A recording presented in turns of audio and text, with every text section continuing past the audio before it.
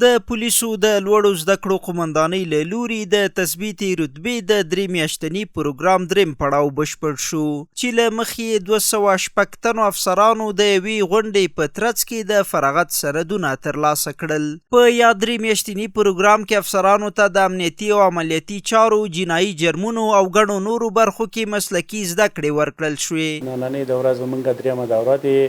206 تنو په ګډون سره موږ فارغ کړو چې هغې کې د مرکز ولایت افسران وو او موږ دوی ته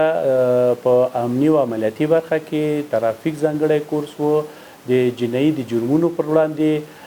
او د عصري علومو چې هغې کې کمپیوټر شامل وو، دوی ته موږ دغه زده کړې ورکړې. په غونډه کې د پولیسو د لوړو زده کړو قومندان مولوي محمد وزیر حامد وویل چې یاده قومنداني په 1989 کال د کورنیو چارو وزارت تر چتر لاندې رامنځته شوې چې اساسي موخه یې د پولیسو مسلکي روزنه او ټولنې ته د خدمت لپاره وړاندې کول دي. د کورنیو چارو وزارت تعلیمي او تحصیلي اړتیاو ته په کتو ذکر شوی نهاد چې له لوړو علمي ظرفیتونو څخه برخمن دی د پولیسو منصوبینو د علمي او مسلکي ظرفیت لوړونې په موخه د 1989 هجري لمریز کال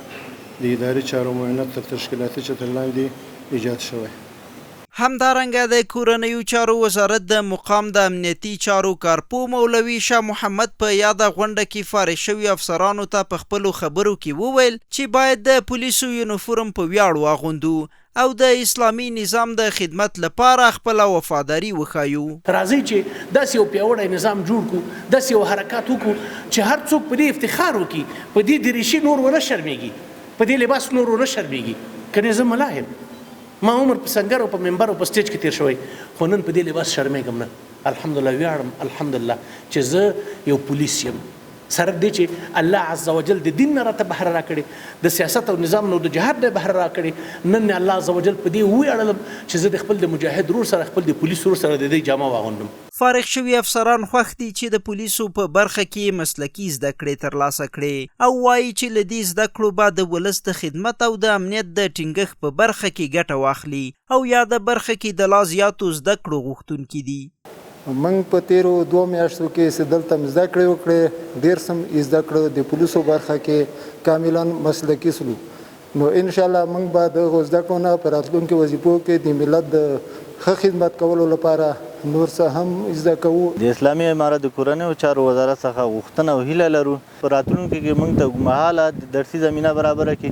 چې د دې نه بهتره د ولس ته خدمات وړاندې کړو او په خپلو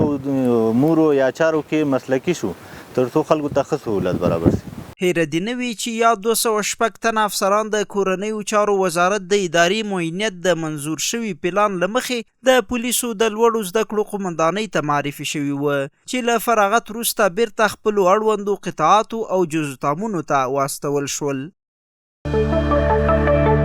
پولیس د ټولنې خدمتګار